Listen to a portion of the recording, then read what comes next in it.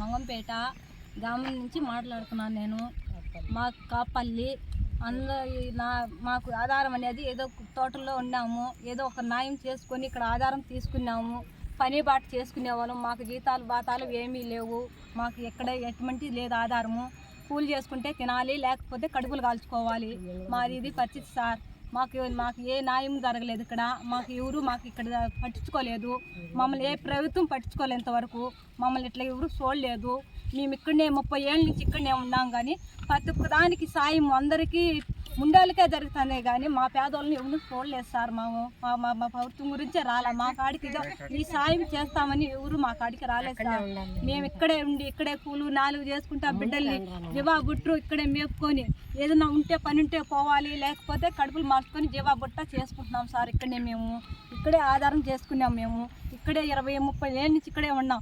ఈ రోజుకి మా మగవాళ్ళు ఎవరూ లేరు. మేము కూలి చేసుకుంటే తినేవాళ్ళం కాబట్టి మా మగవాళ్ళు పనులకు పంపించి ఆడవాళ్ళు మేకలు జీవా బుట్ట మేపుకుంటా అన్నాం. ఈరోజు వాళ్ళు మాకు ఎటువంటి రివర్స్ నీళ్ళ ఇదో ఇది తోచున్నామని మాకు చెప్పలేదు. మాకు చెప్పకుండానే ఆడవాళ్ళు ఉండామని బెదిరించి కాళ్ళ బంగ పట్టుకుని చేతులు ఎత్తి నమస్కరించినాం సార్. మాది ఇట్లా మా పరిస్థితి ఇట్టున్నా సార్ అన్నా, కానీ ఏంది మీరు చెప్పేది? మీరు ఏదైనా మాట్లాడితే మిమ్మల్ని కూడా ఏదైనా చేస్తాం, మీ ఉండే గుర్తులు కూడా పడదో చేస్తామని చెప్పి మేము జీవాలు పెట్టుకునే ఆధారం అంతా తోసేసేసారు సార్.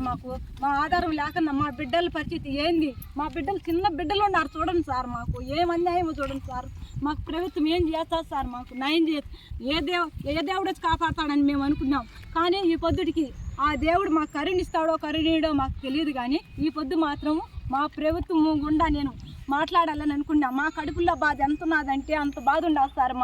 మా నివాసం పోతే మాకు ఎలా ఉంటుంది సార్ చెప్పండి? మాకు గూడే లేకుండా పోతే మేము ఇంకేం చేయాలి? మా బిడ్డలు మేమందరము నిర్ణయం పానం తీసుకోవాల్సిందే కదా సార్. మా పరిస్థితి మా బిడ్డలు మేము ఏడుండాలి? ఏ పరిస్థితి ఉన్నది? మాకు ఏ న్యాయం ఎవరు చేస్తారా నేను ఆలోచన చేసినాం. ఏదోలే వచ్చేదిలేని ఆశపడినాం సార్. మళ్ళీ వచ్చి ఏది అడ్డింకి లేకుండా మాకు నివాసం తోసేసినారు. మాకు నీళ్లు లేకపోయినా కానీ బావులు కడిపి తెచ్చుకొని పూర్ణం గడుపుకుంటున్నాం సార్. మేము ఈ రోజుకి మా పరిస్థితి ఇలా చేశారు సార్. మాకు సావే తప్పక మాకున్నది ఏముండదు సార్ చెప్పండి?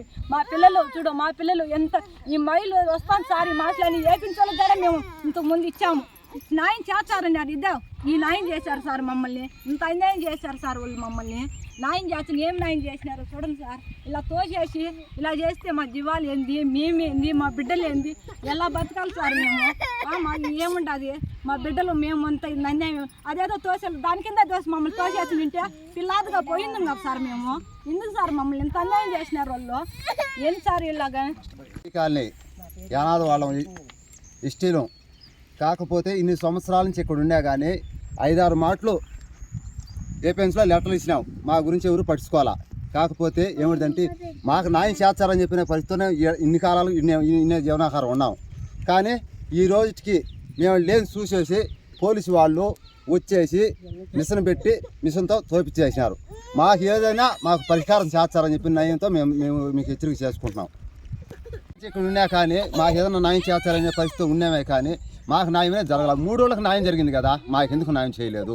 మాకు అదే న్యాయం చేసి ఉంటే కనీసం మేము ఇన్ని కాలాలు ఉన్నాం కదా, కనీసం ఒక లెటర్ కూడా వేయాలి. అసలే 4-5 మాటలు లెటర్ ఇచ్చినాం కదా, 4-5 మాటలు లెటర్ ఇచ్చినా కానీ ఒకరిగాడు పట్టించుకోవాలి. మాకు పట్టించుకునే దాంట్లో మేము కట్టుకునే దానికి మమ్మల్ని ఇళ్ళన్నీ ఎలా ఇప్పుడు ఆ డంపింగ్ వల్ల ఎంత ఇబ్బంది పడుతున్నాం. మేము ఇబ్బంది పడతా ఉన్నా కానీ ఇన్ని కాలాల పాటు ఎందుకు కాపలా ఉన్నాం మేడా? ఏదో ఒక న్యాయం జరుగుతుందని చెప్పిన పరిస్థితిలో ఉన్నాం, కానీ మాకు న్యాయం చేయలే. అసలు డబ్బు అనేది మా ఇళ్ళ పడకపోయా. 3 రోజులు పడింది కదా, 3 రోజులు పడినప్పుడు మా ఊరికి ఎందుకు న్యాయం చేయలేకున్నారు? ఊరు ఎందుకే ఉన్నది? మాకు డబ్బు కట్టించే ఎలవరిపోతాం కదా. ఇచ్చినప్పుడు మాకు గడ అంత అందించింది. మేమే ఎక్కడికన్నా నిలబడతాం, లేకపోతే మాకేమన్నా ఆధారం చూపిపోయి బొట్టులు ఎక్కిపోయి దిక్కులాక అల్లాడిపోతున్నాం. ఏ పొద్దు వచ్చా ఎన్ని బడ్లు వచ్చాయి? మాకు ఎవరు దిక్కు యాడికి పోతాము? ఎవరు చూడాలి మమ్మల్ని? అట్లా ఒక రవ్వన్న స్థలం ఇచ్చినారా? ఒక పైసా లెక్క ఇచ్చినారా? మాకేమన్నా ఈకపోయి ఊరు మాలాడి అంతటికా డబ్బులు ఇచ్చినారయ్యా. మేమేం పాపం చేసినాము?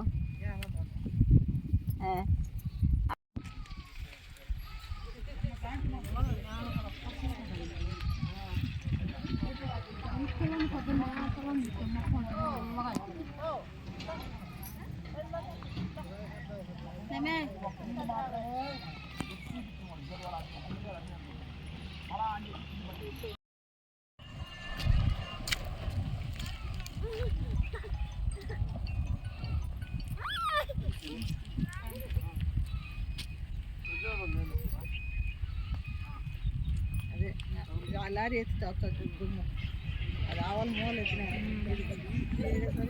కాబట్టి వస్తుంది అదే అప్పటికి ఒక ఊరగా వస్తుంది